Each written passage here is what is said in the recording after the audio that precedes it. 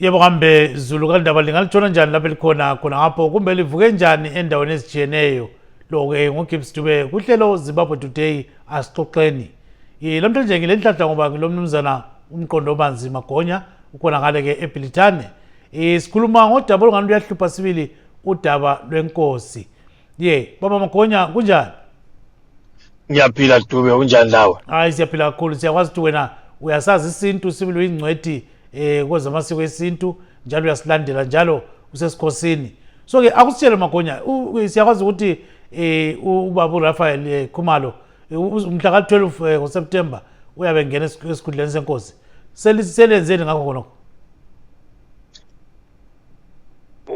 Well, engikwaziyo Dube ukuthi lami ngiyakufunda ebulenjini njalo ngiyakuzwa lasengcingweni lapha kukhulunywa ngakho ukuthi uRaphael uyagcotshwa mhla ka-12.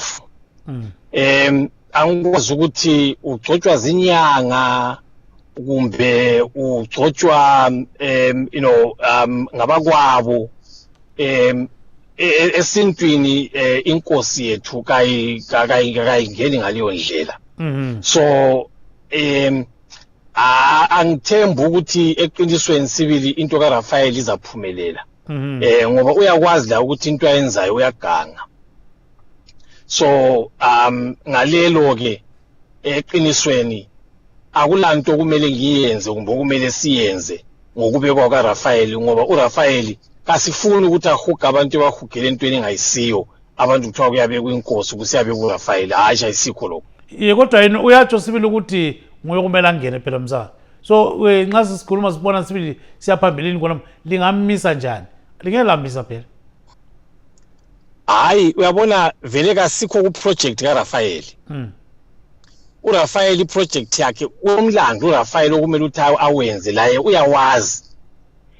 Uzama ukuthi nje abesebambanisa lokubukhosi kasiwo umlando kaRaphael lo.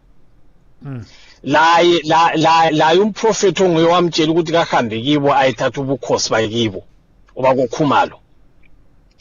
Ngileqinisa lokuthi wamiyenga njalo kasamtshelanga kuhle ukuthi wayesitsho nxa ayithatha ubukhosi bakwabo ngoba eqinisweni hayi uRaphael hayi uvele kayisuye kasondeli njula kancane mfokadulu.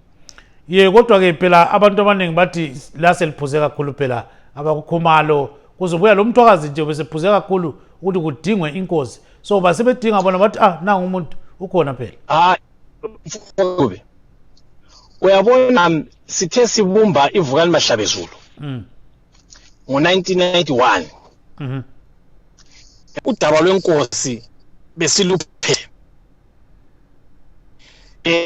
izinyanga zaba lenkinga phakathi kwevukani mahlabezulu into yakhona yangasayi phambili kwaze kwangenela lo Nkomo umuyi uJoshua Nkomo esaphila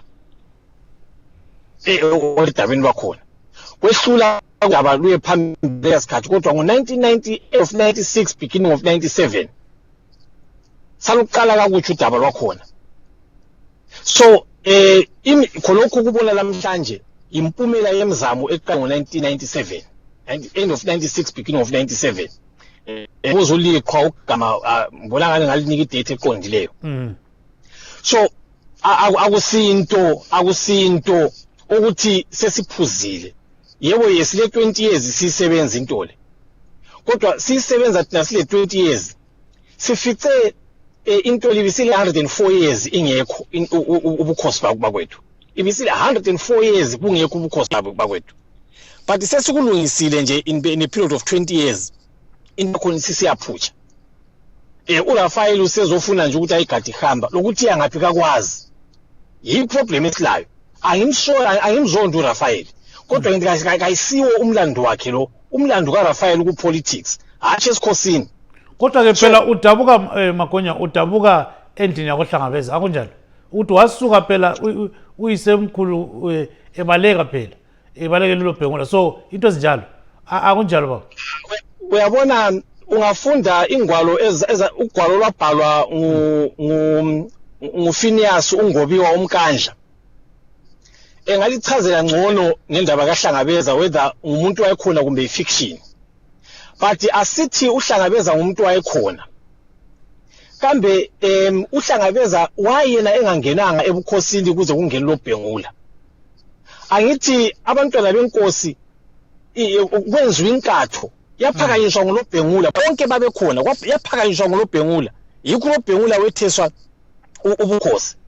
Asonto nje ukuthi omncumbatha bavuka ekuseni becabanga ukuthi nokungcwele bebuloBhengula sokuzabekwa kuloBhengula ahead of abanye abantwana benkosi bonke. Abizwa amajaha babizwa abantwana benkosi abayibona babezelwe inkosi umzilikazi eseyinkosi yabotshwa inkatha uloBhengula nguye ephakamisayo yikho ubukhosi bawela kuloBhengula. Asonto ukuthi kwaba lizaba nje kumbe omunye umuntu wathi emaphupheni akhe waphupha kuthiwa ulomela benjalo senziwe isintha yawela kuloBhengula yikho uHlangabeza wamhlonipha uloBhengula wamkhothamela. Ye kodwa abanye bonapho Magonya ehlahleni benjiyana bamkhothamela uloBhengula loba kunjalo baba Magonya laba sebuye namhlanje besithi bona bayinzalo kaHlangabeza yena uyisekhulu wakhothamela uloBhengula. Angikuzwisisi into kwakhona yikuthi nje into yakho inuganga phakathi ukuthi abantu bakakuboni and isikhathi esiningi sijala ukuthi nxa sibatshela abantu ukuthi hayi limuka lini into lokuxhwala phakathi abantu kabakunanzeleli kuze ukuthi nxa sokule sengikhona besiya kunanzelela ukuthi hayi abantu abalaba beqinisile. So nxa sesikhangele baba Magonya angacotshwa ke uStanley Khumalo kuze hamba njani njalo abanye phela bakhonona besithi uloBhengula wayengumntwana omthanyelo. Ngicela nje ukhuluma ngamafitshane sibili ungathini sivale khona. Hayi lo laba basazihlupha ngokuthi uloBhengula wayengumntwana omthanyelo hayi abake behlale phansi ngoba uloBhengula engumntwana omthanyelo njalo waba yinkosi. So lokho ngeke sakuguqula njalo ukubekwa kukaStanley uStanley angeke agcotshwe mfokadube ngeke agcotshwe mfokamvelase ngiyakutshela mina inkomo ngamzala umuntu komhlahlandlela. Inkosi kaMthwakazi igcotshwa izinduna lamanye amakhosi. Ingabuya ingonyama ebusamabandla onke jikelele inkosi uzwelithini. Zingabuya inkosi zaseSwazini zibuye inkosi zakoMoshwe zizomgcoba uStanley. Hayi kuyabe sokusidalela iproblem sokuyamela ukuthi lathi sithi kuStanley bayethe kodwa mina ngiyekeze ngimkhothamela uStanley. Izinduna ngezenkosi kuyamela ukuthi izinduna zibuye zizohlaba bayethe enkosini. So okukaStanley lokhu hayi awavela angikholwa ukuthi khona induna eyodwa ezakuba khona entweni yakhe nale ezabeni lakhe yonali and ambona ukuthi zikhona akhona amanye amakhosi azakuba khona ngoba nxa kugcotshwa inkosi kaMthwakazi ngamanye amakhosi ayigcobayo kunye ke lo mdeni lezinduna umdeni wangaphakathi okungakhathaleli ukuthi kulamakhumalo kumbe kakulamakhumalo kodwa kulomdeni wangaphakathi kwezombuso kaMthwakazi. So ngabangaphakathi izinduna lamakhosi akwamanye amazwe agoqela ingonyama ebusamabandla onke jikelele inkosi uzwelithini kaZulu. Nxa singavala nje khonapho ke baba Magonya ubona ngazani inkosi iyavela kuyiphindlu. Ngicela ube isibili ukuchaya ngamafitshane sibese sivala khonapho. Inkosi izavela endlini kaNjube. Inkosi izavela phakathi kwabafana baka Albert kumbe bakaRose o abafana baka Ndaba ecala. Sesikwazi ukuthi lapha izindlu zizele kanjani. So indlu ekhona engikhuluma ngayo kathesi angizukuyibetha ngoba ngumlando esawunika amakhumalo ukuthi kabaye wenza sebewenzile sebewuqedile. So isimemezelo siza kuba khona ithole selikhona mfokadube. La uyalazi sibili. Hayi kangilazi ngoba amakhumalo akangethuleli. Hayi kodwa ngikwazi ukuthi imbali sengilondile sengiqedile. Hayi siyabonga kakhulu ke baba Mqondobanzi Magonya. Ubaba uMqondobanzi Magonya uyasazi sibili isintu uyingcwethi kwezamasiko esintu khona ngale ke eBhilitane lapha sebenza njalo ahlala khona. Ungathina kusasa mntwana Nkosi. Hayi mbongile mfokamvelasi mbongile Mthembo Sithembayo. Oliver lisayo emoyeni ngumthembo Sithembayo uGibbs Dube papa iZimbabwe muhle.